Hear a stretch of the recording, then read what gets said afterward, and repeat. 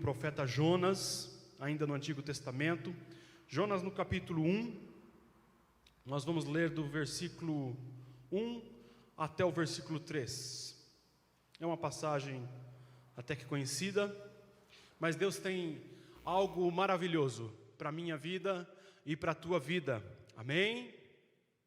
Diz assim a palavra do Senhor: E veio a palavra do Senhor a Jonas, filho de Amitai, dizendo: Levanta-te, vai à grande cidade de Nínive e clama contra ela, porque a sua malícia subiu até a minha presença.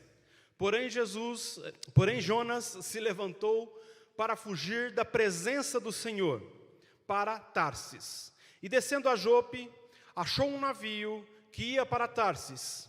Pagou, pois, a sua passagem e desceu para dentro dele, para ir com eles para Tarsis, para longe da presença do Senhor.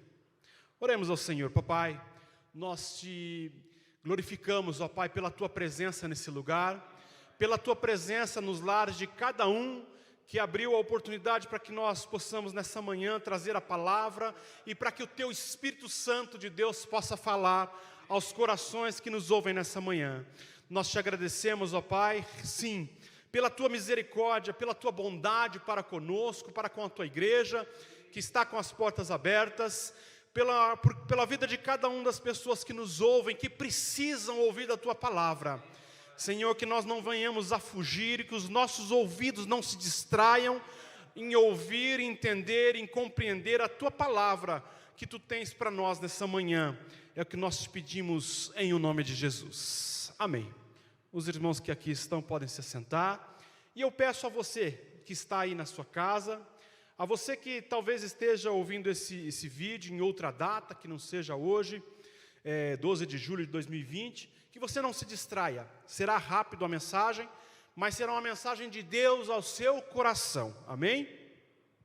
A história do profeta Jonas é uma história, inclusive, que traz muita especulação, né, da própria ciência, se foi possível acontecer isso, se isso aqui é simplesmente uma alegoria, se cientificamente é possível acontecer o que aconteceu na vida do profeta Jonas. Mas nós poderíamos começar fazendo um resumo. Ele é um profeta que viveu lá no século 8 a.C., ele vivia na Galileia. Eu não anotei o nome aqui da cidade, é um nome incomum, mas ele vivia na região da Galileia. Você vai encontrar ele novamente em 2 Reis, no capítulo 14, versículo 25, quando ele profetiza sobre a vida do rei Jeroboão, e sobre as vitórias que Jeroboão iria e conquistou através da mão do Deus Todo-Poderoso. Que bênção! O profeta Jonas, então, era realmente um homem de Deus. E é um ponto que eu quero chegar com você nessa manhã. E confirmou-se através aqui do louvor, da ministração. O momento de crise nos revela muita coisa. O momento da bonança também. E então, Jonas, ele vai chegar a um certo momento da vida dele aqui, né, nos versículos que a gente leu, que ele vai ser confrontado. Deus dá uma ordem para ele, e ele vai ser confrontado consigo mesmo, porque ele tinha algumas convicções religiosas, algumas convicções como ser humano, algumas convicções que eu e você tem como pai de família, um homem e uma mulher que age dentro dos preceitos éticos e morais. Muito bom tudo isso. E isso estava sobre a vida do profeta Jonas. E ele vive tudo isso e profetiza sobre a vida do rei de Israel, sobre o rei Jeroboão. E rei Jeroboão, então, calçado na profecia do profeta Jonas, ele realmente alcança, como eu e você temos alcançado vitórias, como eu e você temos enfrentado as lutas e adversidades em momentos, às vezes, de bonança. Em momentos, às vezes, que a gente olha para trás e fala: o que nós estamos enfrentando não se compara ao que eu passei lá atrás. É esse momento da pandemia, esse momento de crise, e eu não sei qual é a crise que você vive, eu não sei o que Deus está pedindo para o seu coração, eu não sei se você tem um relacionamento com Deus, E eu quero te incentivar nessa manhã. Independente da crise ou da situação, nós servimos a um Deus poderoso que tudo pode fazer na tua e na minha vida. Amém? E Deus envia então o profeta Jonas, ele dá essa ordem, como a gente leu aqui nesses 3 versículos, para que ele fosse a uma cidade chamada Nínive. Nínive era a capital da Assíria na época, né? Era um local de muitos vilarejos, mas era uma cidade com muitos vilarejos, mas era uma cidade muito grande. Realmente é uma cidade muito grande, com muitos vilarejos. A gente consegue verificar isso na história. Hoje, essa região é a atual Mossul, a cidade atual Mossul, que fica no Iraque, hoje. Mas naquela época era realmente uma cidade grande, com problemas de cidade grande, com problemas de urbanismo, superpopulação, as pessoas passando fome. E o maior problema que existia naquela cidade era a miséria espiritual. Mais uma situação no contexto, na vida de Jonas, porque Jonas era um profeta na nação de Israel, era um homem de Deus, mas ele era homem, como eu e você, natureza humana. E diz que os moradores de Nínive eram pessoas realmente terríveis. A situação que vivia a população de Nínive, eles viviam numa miséria espiritual tamanha. Eles adoravam a um Deus metade homem e metade peixe, o Deus Dagon. E para o profeta Jonas, isso realmente era abominável. Assim, porque ele adorava quem? Ao Deus dos deuses, ao Deus Jeová, ao único Deus. E Deus dá uma ordem para o profeta Jonas. A vida dele estava tudo certo. Estava tudo caminhando certo, o seu ministério estava certo, a sua família, a nação de Israel estava tudo indo bem, até que Deus dá essa ordem para que ele vá a uma nação inimiga de Israel e profetize que eles serão salvos. Profetizar, que ele fosse lá, pregasse a mensagem de arrependimento, e que os ninivitas iriam aceitar essa mensagem, iriam se converter, mas o coração de Jonas parece que agora não tem um coração, tem um coração de pedra. E eu vou te falar que talvez se eu estivesse na condição dele, eu e você tomaríamos a mesma decisão, né, Rafa? Afinal, pregar numa cidade para um povo que é inimigo de Israel, que quando captura as nossas esposas, as estupram, quando capturam as nossas crianças, oferecem os nossos bebês em sacrifício, matam os nossos bebês em cima do altar a esse tal de Deus Dagon, não, que isso, Deus, essa mensagem deve estar contraditória. Senhor, você tem certeza que é Nínive, não é outra cidade? Como que eu vou pregar salvação a um povo ruim desse? A um povo que mantém relações no meio da rua, relações com animais, tudo que é de mais promíscuo, de mais baixo, esse povo pratica. Deus, tu está me dando essa ordem, é isso mesmo? Estava tão bem a minha vida.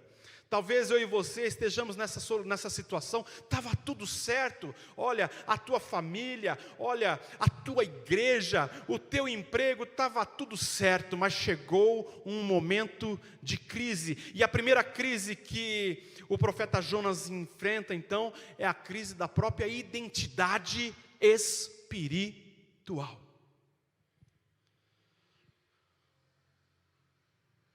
Você acha que Deus ele entrega o seu Filho Jesus na cruz do Calvário, só para mim e para você, que temos uma boa conduta ética, que somos pais de família, mães de família? Não, Jesus morreu na cruz do Calvário por toda a humanidade, mas às vezes a nossa religiosidade nos separa de quem nós deveríamos realmente levar a mensagem de salvação. Porque vai passando o tempo, parece que aquele nosso primeiro amor de entregar, de falar de Jesus a todas as pessoas, parece que a religiosidade começa a nos cegar. E eu e você não queremos, às vezes, entregar a mensagem de salvação a quem está precisando. E esse mundo está precisando, esse mundo está mergulhado no medo, no caos, no pecado. E parece que em meio a essa crise, essa pandemia, isso cada vez se aflora mais. Muitos estão se achegando a Deus através da crise da pandemia. Muitos estão se perdendo ainda mais na corrupção, na lascívia, no pecado.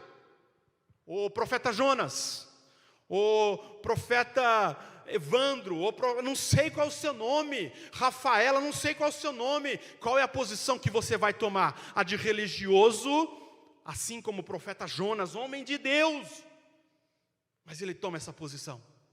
Ele tinha todos os motivos. Como eu vou pregar para um povo que mata as nossas crianças diante do altar? Ele tinha esses motivos, mas Deus deu a ordem para ele, e ele resolve tomar a decisão.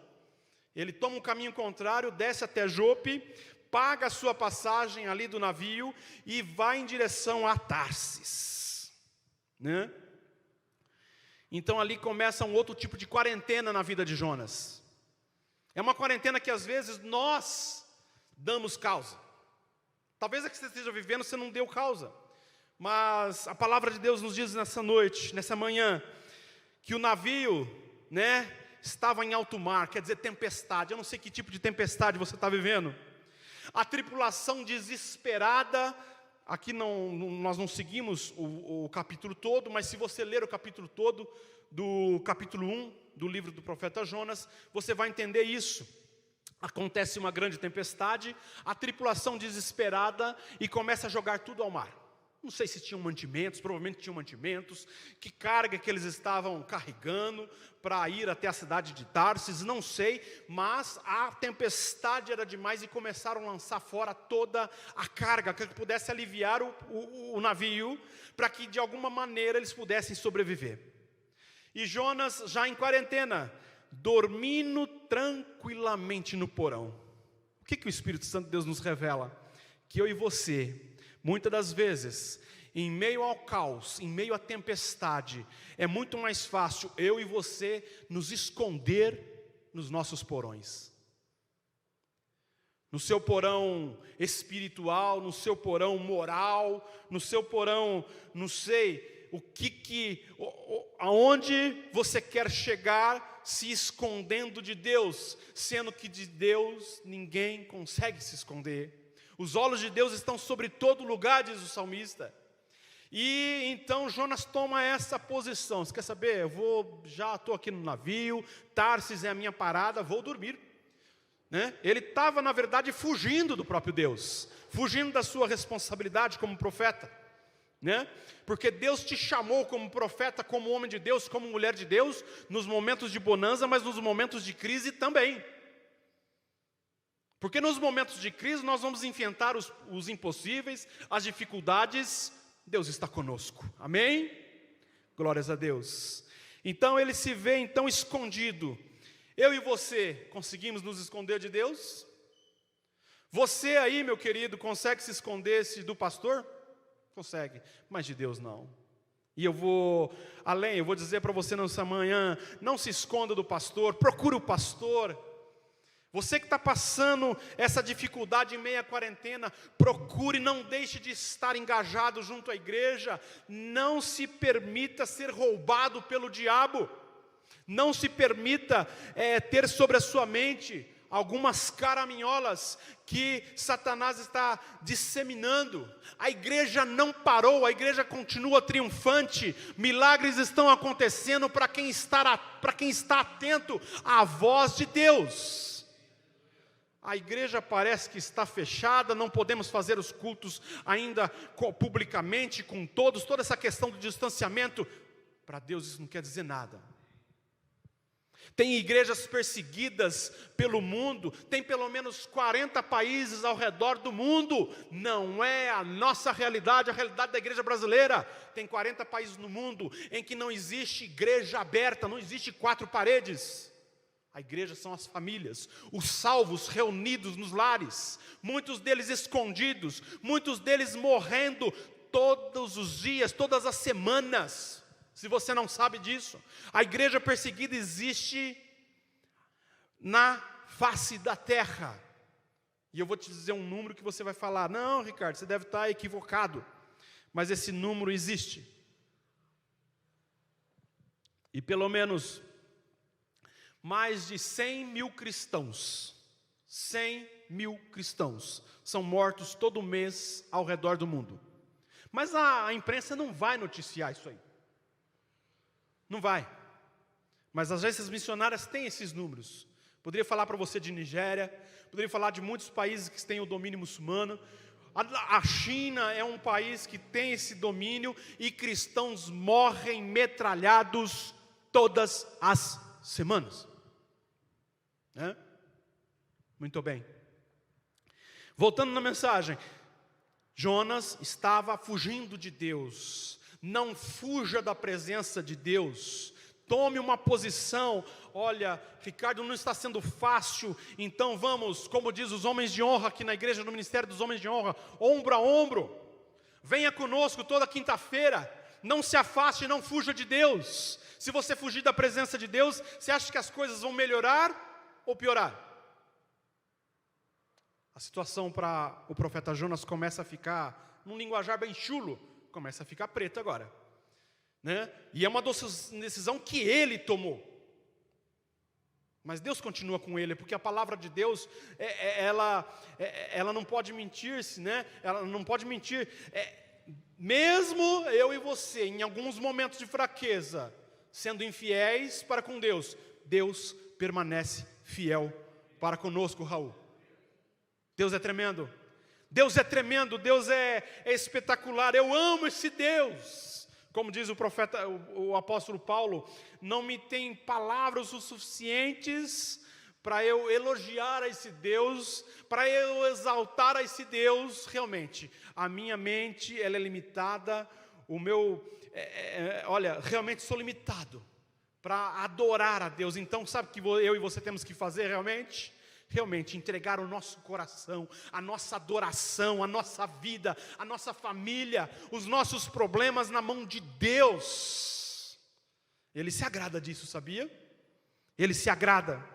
Porque, como eu disse, eu sou limitado, provavelmente você é limitado no momento da adoração em dizer palavras, Aí João vem falar, palavras inefáveis, me falta palavras para descrever a glória de Deus. Quando João vai ao terceiro céu, ele relata isso no livro de Apocalipse, me falta palavras, ele não conseguia descrever.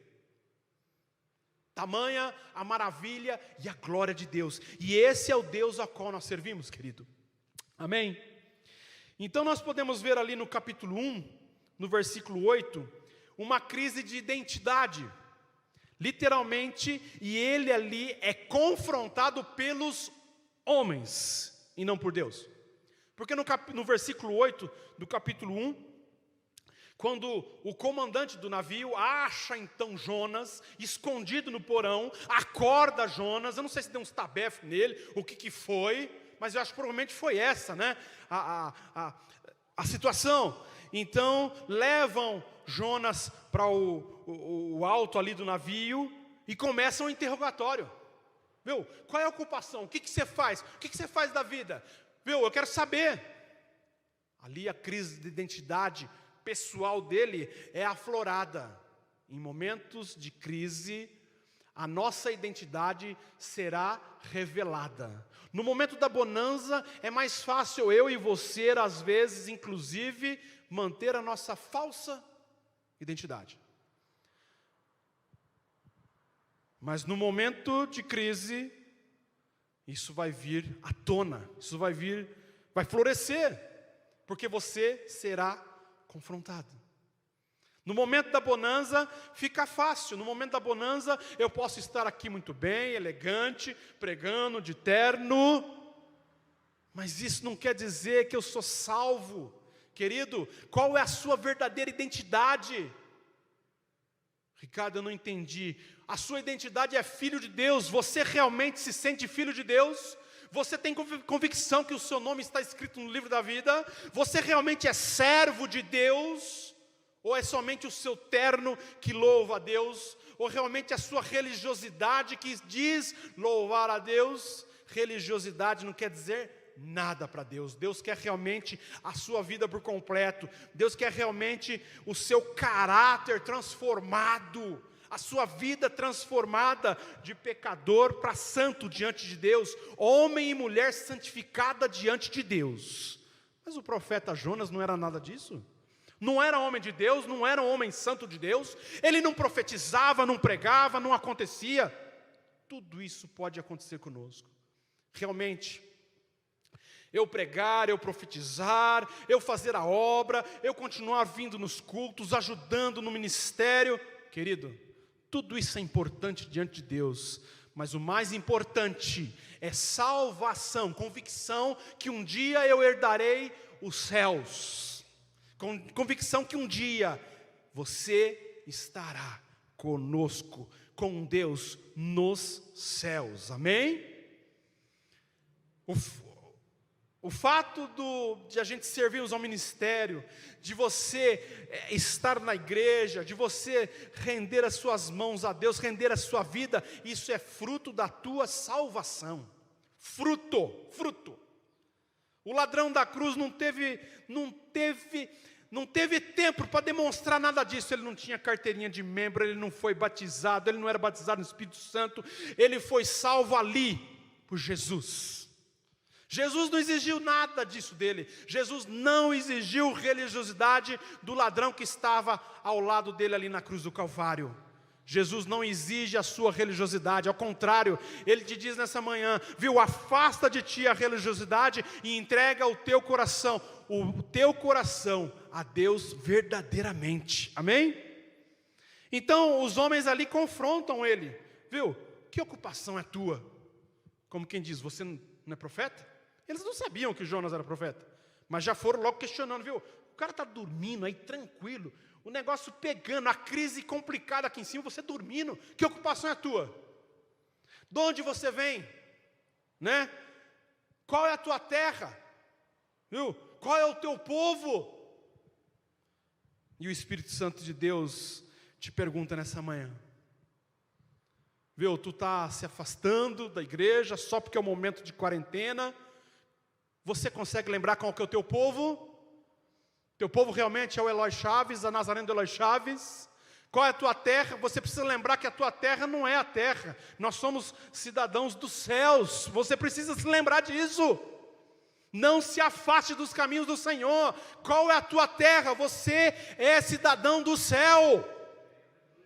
Tem muita gente imaginando que realmente essa pandemia mudou a nossa maneira de pensar. Como eu disse, muitos estão se perdendo. Eu e você, que estamos atentos à voz de Deus nessa manhã, devemos entender qual que é a nossa terra, de onde nós viemos. Nós somos cidadãos dos céus. Isso aqui é passageiro. Isso aqui é passageiro. Né? Na mente, na cabeça de Jonas, a religiosidade lhe era suficiente para levar a vida adiante. Na mente ou na nossa cabeça, na cabeça do ser humano, um bom emprego, uma boa conta bancária, né? Parece que é o suficiente para levar a vida adiante. Tem algumas coisas que acontecem que vai fugir ao nosso controle, completamente. Mas diz que lá no versículos 1 e 2, vamos prosseguir. Então dentro do navio é lançado sorte sobre a vida dele, olha só que interessante. E cai a sorte sobre ele, não sei o que foi, para o ímparo, para o que foi, o palitinho, lançaram sorte sobre a vida dele. Caiu sobre ele. Era lógico que era Deus no controle, porque Deus precisava agir em prol dos tripulantes daquele navio. Deus precisava agir em prol de Jonas.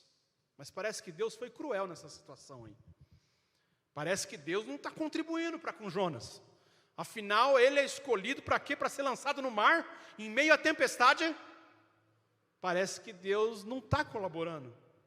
Realmente, Ricardo, parece que Deus não está colaborando comigo nesse momento de crise. Deus continua no controle de todas as coisas. A maneira de Deus agir não é a nossa. E é realmente estranho. Então é lançado sorte sobre Jonas e ele é lançado do navio. Em meio àquela tempestade, aquele tufão, sei lá o que era. Olha, se era tipo Triângulo das Bermudas, eu não sei o que era. Eu sei que era uma tempestade das bravas. E quando lançam Jonas no mar, a tempestade se acalma. Porque o Deus Todo-Poderoso acalma a tempestade naquele momento. Aí vem o outro milagre. Aparece ali um grande peixe. A nossa Bíblia, ela foi traduzida para o português e tem dois momentos aqui que usam linguajar diferente. Alguém vai falar em baleia, alguém vai falar em grande peixe. E no original do hebraico, na verdade seria peixe grande, que quer dizer dag gadol. Dag, peixe, gadol, grande, né? E eu não sei que tipo de peixe realmente vem e abocanha a Jonas, quer que você acredite ou não, porque isso é difícil de acreditar. A ciência vai falar que isso não dá para acontecer, mas eu vou acreditar do mesmo jeito, porque o próprio Senhor Jesus vem dar testemunho que isso aconteceu, que é uma história verídica da parte de Jonas, que isso aconteceu verdadeiramente. Então não sei se é a baleia azul pesa, tem 30 metros de comprimento. 30 metros é muita coisa. Um carro tem 3 metros de comprimento, é isso, Raul? 3, 4 metros? Então você coloca aí uns 10 carros enfileirados? Mais ou menos. Quase um apartamento. E ela pesa só 180 toneladas. Então é só aí uns 90 carros de peso. Isso daí é a baleia azul. Mas a ciência diz que a baleia azul, a boca dela é grande, mas a garganta é muito estreita para que passe o profeta Jonas. Isso é o que a ciência diz. Aí vem, fui dar uma estudada, diz que o cachalote, é uma baleia chamada cachalote, diz que realmente o Jonas conseguiria passar. Mas aí tem um outro obstáculo que a ciência vai dizer, que o cachalote o sistema digestivo dele é dividido em 4 câmaras, e que na primeira câmara, o profeta Jonas já seria consumido pelas enzimas ali, seria derretido, mais ou menos isso. É o que a ciência diz. Mas diz que o profeta, isso é o que a ciência diz, mas a Bíblia diz, eu vou ficar com a Bíblia, prefiro a Bíblia, porque há 2000 anos a ciência vem colocando obstáculos, e vem querendo te trazer a descrença na questão bíblica. Mas ao longo desses 2000 anos, várias alas da ciência vêm e falam, não, realmente tinha razão. Então vem a arqueologia, vem a biologia, vem vários... a ciência, ela vem e fala, não, realmente a Bíblia tem razão. Então eu não sei. Eu sei que eu acredito que então o profeta Jonas, como diz aqui no versículo 1 e 2, ele ora dentro do grande peixe, ou do peixe grande, ou da baleia, ou do cachalote, não sei. E como está lá em Lamentações capítulo 3, no versículo 54 e 56, ele clamou sobre grande angústia. Não é para menos. Você imagina, não é um local dos mais cheirosos. É um local de escuridão, né? Para quem sofre aí com problemas de labirintite, você imagina, né? Alguém que vai fazer uma pequena viagem de navio, às vezes a pessoa tem todo esse incômodo, né? Agora, num navio, agora se imaginou dentro de um grande peixe. Então realmente o momento dele ali era de angústia. E não foi 3 minutos, não foi 30 minutos, não foi 3 horas, foram 3 dias. Pastor, dá para imaginar, pastor Ricardo, né? Porque nós vamos seguir aqui, diz que ele se sente nas profundezas, né? Eu até fiz uma pegadinha com os teens, Rafael, lançando para eles onde é que eles iam achar na Bíblia caixão de água, túmulo de água e cemitério de água. Então já matou a charada, né?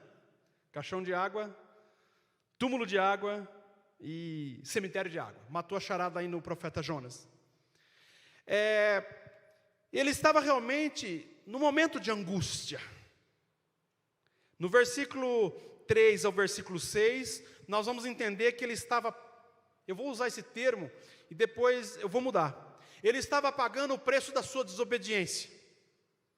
E por que eu falei que eu vou mudar? Porque nós vamos fazer o seguinte, vamos novamente para a Bíblia fala que eu e você, Deus nos dotou de livre-arbítrio, não fomos feitos robôs, né? Então nós podemos tomar as nossas próprias decisões, mas nós temos a palavra de Deus para nos ajudar a tomar as decisões e que o nosso livre-arbítrio não seja leviano, porque dependendo das decisões que nós tomamos, nós vamos arcar com as próprias consequências. E foi o que o profeta Jonas, ele vive aqui nesse momento.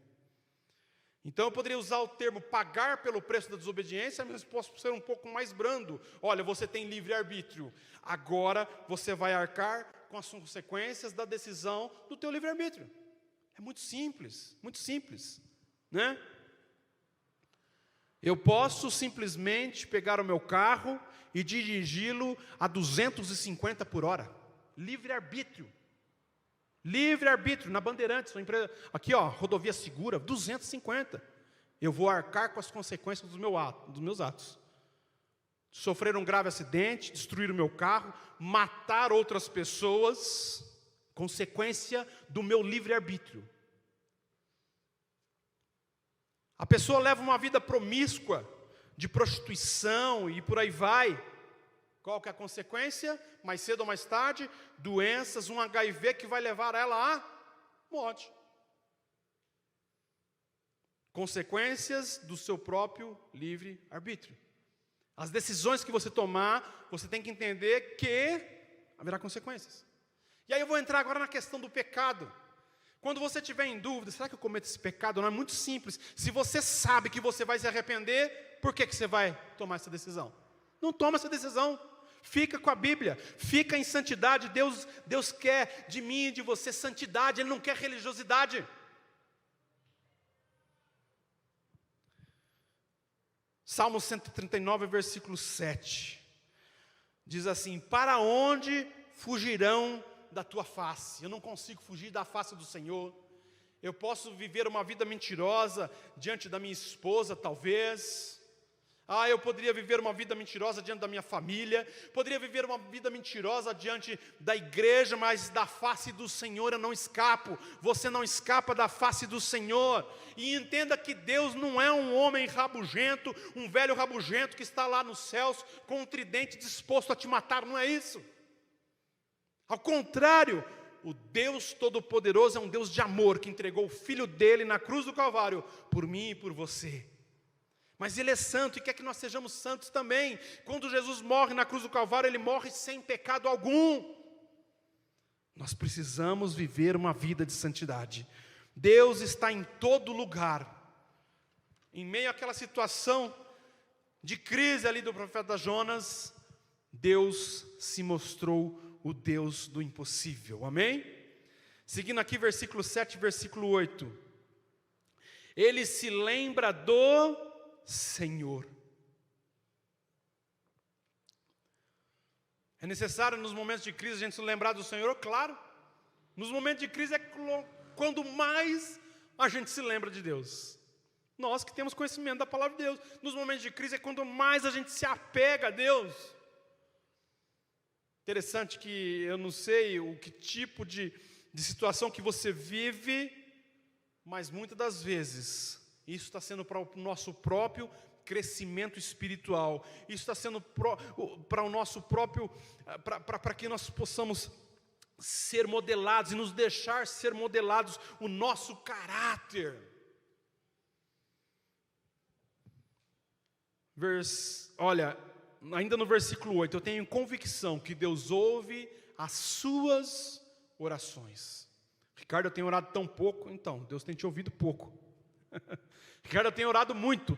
Deus tem ouvido você muito, porque você tem orado muito.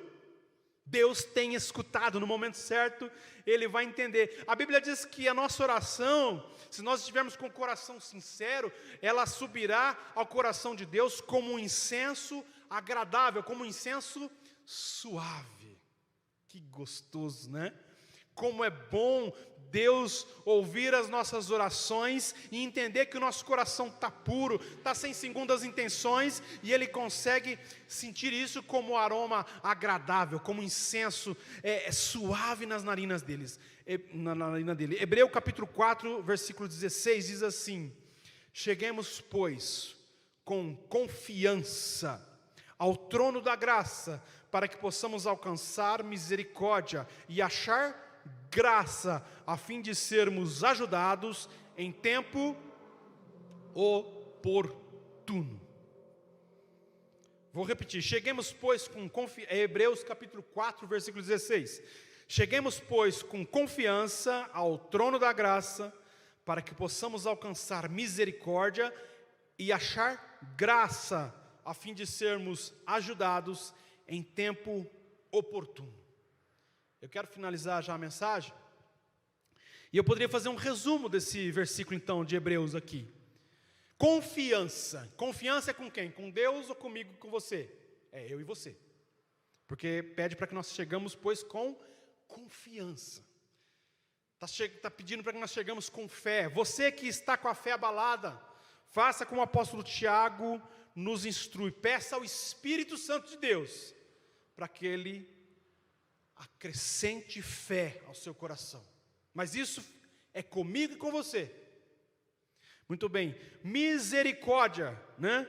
Olha, para que possamos alcançar misericórdia. Isso é com quem? É com Deus, é com Jesus.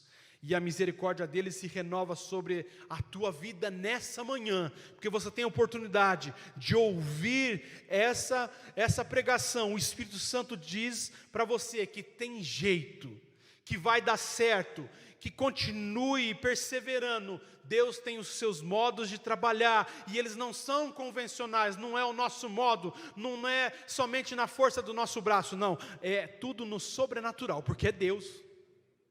Amém? Sermos ajudados é por Ele. Olha, você está em alguma situação, você já mandou o currículo, você já fez os contatos, você já fez o network, você já fez tudo o que tinha que fazer. Daqui para frente agora com Deus? Muito bem. Então entrega na mão de Deus e Ele o fará. Ah, mas é milhões de desempregados, é pandemia. E o que quer dizer isso para Deus? Deus é tremendo. Você continua na fidelidade dos dízimos, das ofertas? Nós precisamos entender lá o capítulo 3 de Malaquias. Viu? Se você continuou na fidelidade, a Bíblia diz que nós devemos fazer o quê? Então, prova. Pronto. Devemos fazer prova disso. Querido, faça prova disso.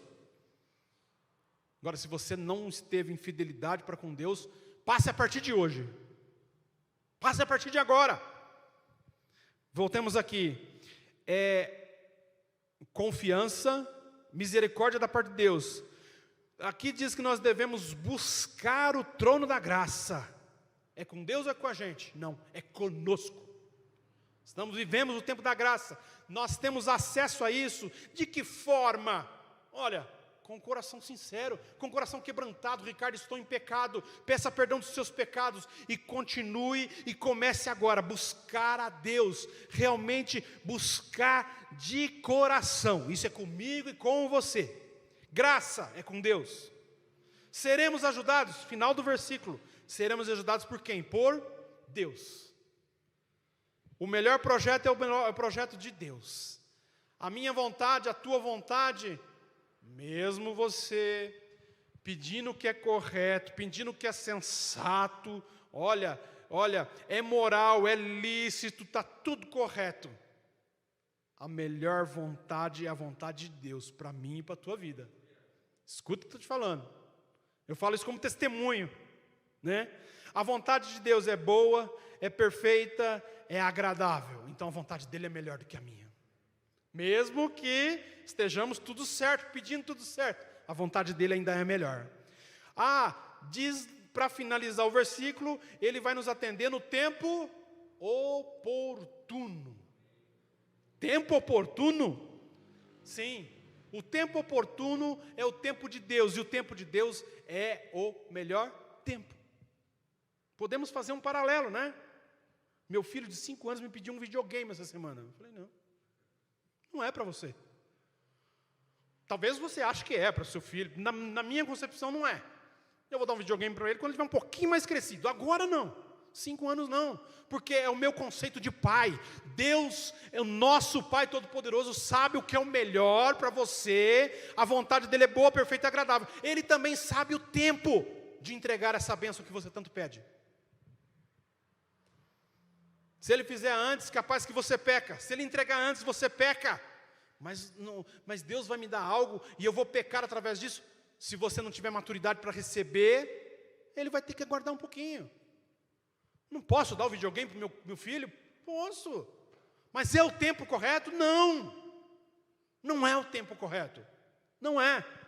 Querido, aguarde o tempo oportuno. É da parte de Deus. Versículo 10. Oferecei... Ele promete, lá no ventre do grande peixe, ele promete, oferecerei sacrifício com agradecimento. Quando eu e você nos decidir a nos dedicar mais a Deus, Ele começará a agir em nosso favor. Eu entendo aqui que o Jonas estava tudo certo, homem de Deus, pregador da palavra, entregava a mensagem para o rei conquistava, está tudo correto, ele ministrava diante do povo, o povo estava indo bem, estava tudo correto, muito bem. E quem disse que Deus quer que eu e você continue nessa posição? Ele quer nos elevar mais um degrau, né, pastor Ricardo? Sempre. Ele quer te elevar mais um degrau na tua vida espiritual. Ou você acha que está bom da forma como você está? O Rafael, ele insiste nessa tecla, glória a Deus. Como está os seus devocionais? É 1 minutinho. Esse 1 minutinho parece que precisa amadurecer, precisa crescer um pouquinho mais. Quantos devocionais por dia você faz? Eu faço 1 por semana. Está bom esse 1 por semana? A tua leitura bíblica, realmente, a tua oração... O Senhor, muito obrigado aqui pelo arroz, feijão, amém? É isso aí a nossa pregação? Está bom diante de Deus esse patamar? O profeta Jonas estava indo tudo bem, mas Deus queria realmente para a vida dele algo que impactasse, que marcasse a vida dele. Eu já falei isso aqui outra vez nesse púlpito, A tua biografia, como é que está, hein? A minha e a tua biografia, né? Se nós fôssemos fazer hoje uma autobiografia, Ricardo, tem bênção para contar, eu acredito que tem bênção para contar, tem vitória para contar, tem, sabe por quê? Porque você passou por grandes adversidades, por grandes lutas, mas chega um momento da nossa vida que parece que a gente já está num momento de comodidade, tá bom assim, tá bom. Para que fazer algo mais para Deus? Porque eu começo a fazer algo para Deus, parece que inverte a situação, é claro, o diabo fica furioso com você. Mas Deus não está convencido, Deus não está satisfeito com a nossa normalidade. Versículo 10, Deus fala... Falou Deus ao peixe, né? A história realmente do peixe é meio maluca, né? Mas eu citei que eu confio que essa história aconteceu. E eu quero dizer por que eu acredito que aconteceu. Porque tem um outro momento na Bíblia que uma jumenta começou a falar. Você acredita nisso? Pensa numa história difícil de acreditar, hein, pastor? Ou historinha difícil, hein? Mas eu acredito. Como é que estão as suas experiências com Deus? Eu lembro-me que na semana passada, eu e minha esposa estávamos tomando café da manhã, por volta de umas 7 horas da manhã, e tinha uma situação que estava nos incomodando, e nós começamos a orar, a gente se derramou na presença de Deus, foi coisa rápida, 5 minutos. Então a gente primeiro estava conversando, olha isso, aquilo, e... Quer você acredite ou não, eu vou contar uma experiência pessoal. Ela é pessoal. Se edificar a sua vida, amém. Se não edificar, não fala mal do Ricardo, não fala mal da Dora não, tá bom? Mas, então a gente começou ali, derramamos as nossas lágrimas no café da manhã, oramos, e no meu coração, eu não falei para minha esposa, Senhor, manda o Teu Espírito Santo aqui para falar conosco. Irmãos, do nada, entrou um passarinho e ele pousou no meio da nossa cozinha. Aí ali eu fiquei assim assustado, a minha esposa ficou assustada. Eu falei, não fala nada, não fala, fica. Aí eu fui para a palavra, Deus falou comigo na palavra e o passarinho ficou esperando eu ler a palavra. Deus falou comigo tremendamente no versículo. Quando eu terminei, expliquei para a Dora, e o passarinho parado. Irmão, ele ficou ali em torno de uns 2 minutos. Ele não fazia nada, ele não piava, ele ficava ali no meio da cozinha. Ele ficou ali, olhando para mim, que nem um tonto. Eu falei, tá bom, Espírito Santo. O Espírito Santo ali foi real. Se isso edificar a sua vida, amém. Se não edificar, não tem problema. Mas edificou a minha vida, fortaleceu a minha fé, e nós alcançamos a vitória naquela semana. Foi bênção, foi tremendo. A Bíblia fala que Pedro e Silas estavam na prisão. Paulo e Silas, a gente confundiu com Pedro. Aquele ali, tá? E acontece um grande terremoto. Puxa vida, hein, Ricardo? Em terremoto eu acredito. Sim. Quem não acredita em terremoto? Para nós brasileiros nem é muita realidade. Mas você ouve na televisão, você ouve na internet, que acontece terremoto, os prédios abalam, ficam danificados, tudo acontece. Muito bem. A Bíblia fala de um grande terremoto quando Paulo e Silas estão na prisão. Irmãos, eu não sei que hora que era, se era 22 horas e 43 minutos, eu sei que Deus manda um grande terremoto e livra aqueles 2 homens. E os homens que estão dentro da prisão são edificados, assim como no navio, com Jonas, porque a Bíblia fala que os tripulantes do navio, depois que acontece aquilo, provavelmente eles visualizaram o grande peixe pegando Jonas, a tempestade cessando, e diz que eles glorificam ao nome de Deus e se convertem. Está lá no profeta Jonas. Então, o terremoto em Paulo e Silas na prisão, foi um terremoto. Então é uma jesucidência? Não, querido. É o agir de Deus. Deus age, se for preciso, Deus vai agir através das forças da natureza. Eu lembro da irmã Silvia dando um testemunho aqui conosco, sobre um imóvel que ela tinha que locar, a questão da chuva. Deus vai agir ao teu favor. Se for necessário, Deus para a chuva, Deus manda a chuva. Amém, querido? Daniel na cova dos leões, é outra coisa que eu não entendo. Não entendo, Rafael. Porque Daniel é lançado pelo rei na cova dos leões, diz que os leões estavam famintos, não sei quantos eram mais de 2. Aliás, eram 2, porque fala em leões, não fala em leão. Então era no mínimo 2. 2 leões era suficiente para matar Daniel. 1 leão já era suficiente para matar ele. Diz que ele estava com fome. E ele é lançado na cova dos leões. Sabe o que eu imagino com isso? Eu imagino. Os leões vão até Daniel, dá uma cheiradinha. Não tem cheiro de carne, tem cheiro de homem espiritual. Tem cheiro de mulher espiritual. Como é que você está? Querido, vou voltar a mensagem aqui. Deus tapou a boca dos leões. Mas leões famintos não comem aquele homem, não destroçaram aquele homem. Deus agiu na vida dos leões. Deus dá ordem para os leões. Deus dá ordem para os leões nesse dia, nessa semana. Não vão te tragar, não vão te devorar. Amém. A gente consegue, na verdade, você consegue distinguir o que é a palavra milagre? A Bíblia vai falar muito de milagre.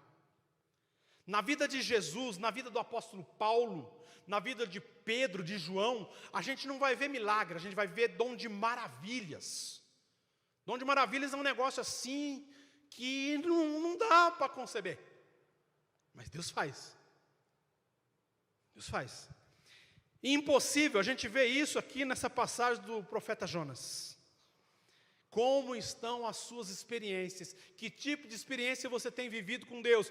Como está caminhando a sua autobiografia? Se você for escrever a sua autobiografia,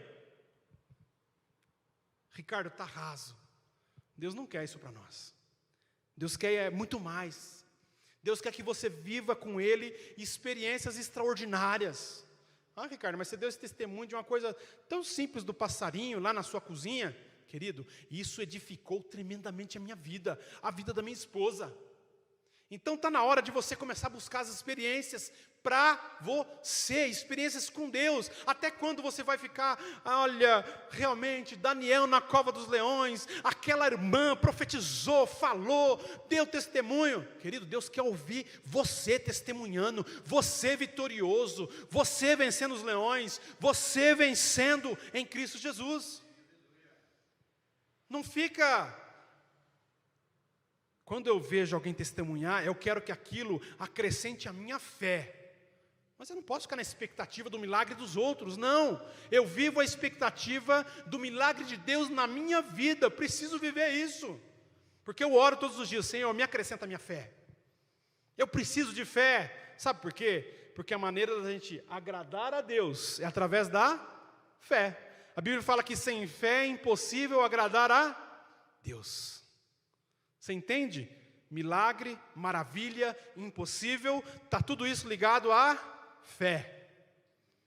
Querido, e os dois tipos de fé: fé para salvação e fé para milagre, maravilha e impossível. Eu acredito no Deus da providência, no Deus da provisão, como diz o pastor Ricardo sempre aqui conosco, amém? Jeremias capítulo 32, versículo 17 diz assim: Ah, Senhor, eis que tu fizestes o céu e a terra com o teu grande poder e com o teu braço estendido, nada há que te seja demasiado difícil. Não tem nada difícil para Deus. Aqui nessa passagem a gente vê 7 milagres. O primeiro milagre, uma grande tempestade, Deus calma a grande tempestade. O segundo milagre, a sorte lançada sobre Jonas, Deus continuava, Deus perpetuou, é você, Jonas. Acalmar o mar, o terceiro milagre. Preparar o peixe, o grande peixe, foi o outro milagre. Ricardo, mas não é controverso isso? Preparar o peixe, porque o peixe não ia comer. Jonas, mas quem disse que as coisas de Deus são simples? As coisas de Deus, elas são malucas mesmo, para deixar a gente realmente entender que é para a glória dEle. Porque se for tudo normal, pastor, o que vai acontecer? Foi um milagrezinho. Inclusive, né, Rafael, até ajudei. Olha, porque eu intervi aqui, ajudei aqui. Agora, quando a coisa é impossível, o que a gente faz? A gente fala, não, é Deus, esse Deus é maravilhoso, esse Deus é tremendo, esse Deus é poderoso, esse Deus é o Deus da cura, Ele cura câncer, Ele cura HIV, Ele cura, querido, Ele cura, Ele é tremendo, Ele é Deus de milagre, Ele é Deus de impossível. 1, 2, 3, 4, 5, Ele mantém Jonas vivo dentro do peixe, por 3 dias. Vou ser prolixo e repetitivo, né? Deus não vai livrar você do grande peixe, Deus não vai livrar você desta adversidade, dessa luta. Deus vai livrar você nesta adversidade e nesta luta, para mostrar que Ele é Deus. Aí, mais uma situação, né? O sexto milagre, Ele faz o grande peixe, a baleia, navegar novamente na rota que era necessária para voltar para Jope. Mais um milagre. Porque a baleia, o grande peixe, poderia navegar para qualquer lugar, mas não. Faz o grande peixe voltar lá. Quero dizer para você, o Espírito Santo te diz nessa noite, as coisas vão ser colocadas no curso, no caminho correto, porque Deus, o caminho de Deus é perfeito. Né? Você saiu da rota. Eu e você tomamos algumas decisões e saímos da rota. Quando a gente faz os nossos projetos, a idealização dos nossos sonhos, nem sempre a gente consulta a Deus, então a gente sai da rota, aí Deus precisa fazer a gente retornar ao caminho. Então Deus dá ordem para o grande peixe, volta lá, e leva Jonas em segurança. Aí Deus dá a última ordem ainda para o grande peixe, viu? Está te incomodando, né?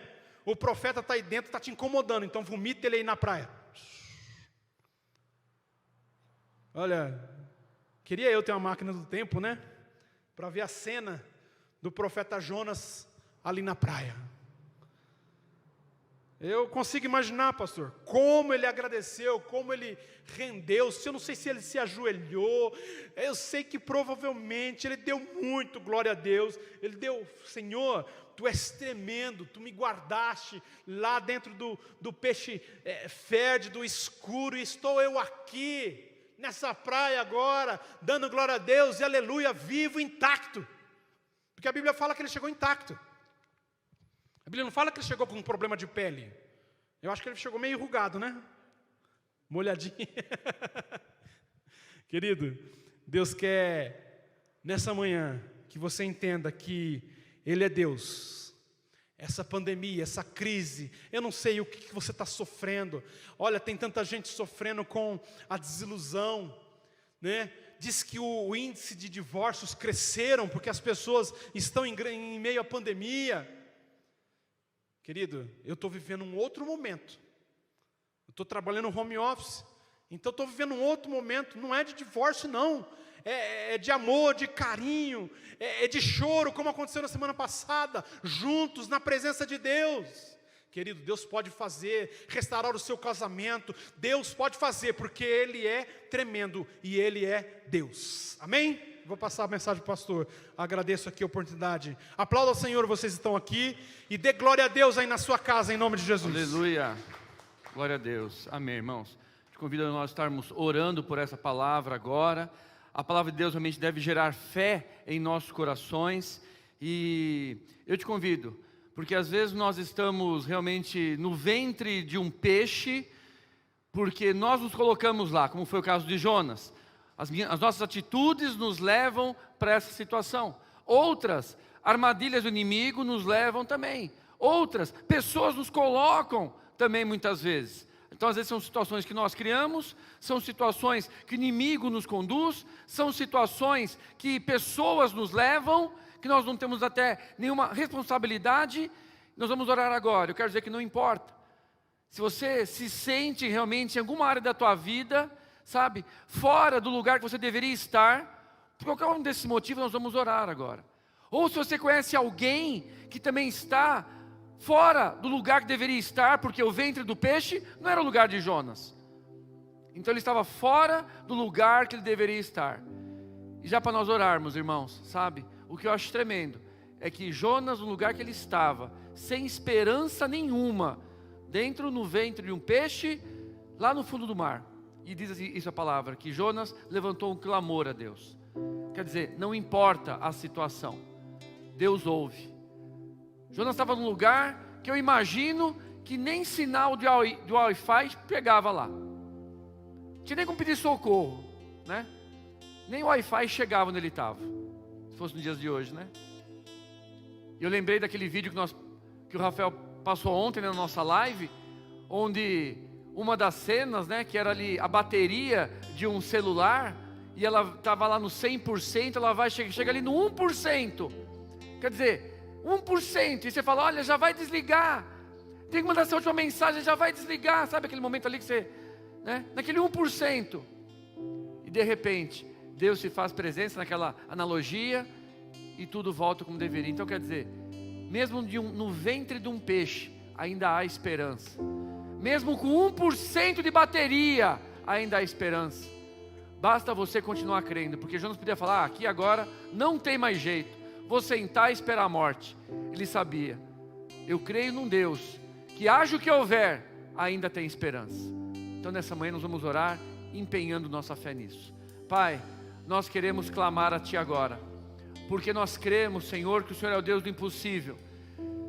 E não importa, Pai, qual ventre de peixe nós estamos, o qual profundo ele está nesse oceano, não importa se está a 1% dessa bateria, não importa. A nossa esperança, a nossa fé nos diz que o Senhor pode entrar com providência hoje, Pai. Por isso, Pai, tem misericórdia. Não sei se estamos no ventre desse peixe porque nós geramos essa situação, não sei se foi uma cilada do diabo, não sei se foram pessoas que nos lançaram nisso, não importa agora nesse momento, só sei que queremos clamar a Ti agora. Pai, nos tira desse lugar, nos tira dessa situação, nos leve, nos conduza, Pai, novamente ao centro da Tua vontade. Ou talvez também estamos intercedendo por pessoas que nós vemos que estão em ventre de peixe. Pai, tem misericórdia, Pai, opera um milagre nesse dia. Pai, Senhor, tem misericórdia, Pai. Oh Deus, faz essa situação se reverter do ventre do peixe para uma praia paradisíaca, Senhor, para fazer a Tua vontade. Oh Deus, opera esse milagre, Pai, hoje, porque nós cremos, Senhor, no Deus do impossível, nós cremos no Deus da provisão, nós cremos no Deus que nos dá esperança. Opere isso em nossas vidas, Senhor, em nome de Jesus. Pai, abençoa os Teus servos, que cada um deles agora venha voltar ao centro da Tua vontade, que o medo, a angústia e o choro venha cessar, em nome de Jesus. Nós profetizamos, Pai, a bênção, a provisão, a proteção. Senhor, nos ajuda, Pai, a estarmos onde devemos estar, nós, nossas famílias, nossa vida financeira, profissional, nossa vida ministerial. Chega de ventre de peixe, em nome de Jesus. Oh Deus, nos ajuda, Pai, a ter essa conversa franca contigo, em nome de Jesus. Amém e amém. Glórias a Deus.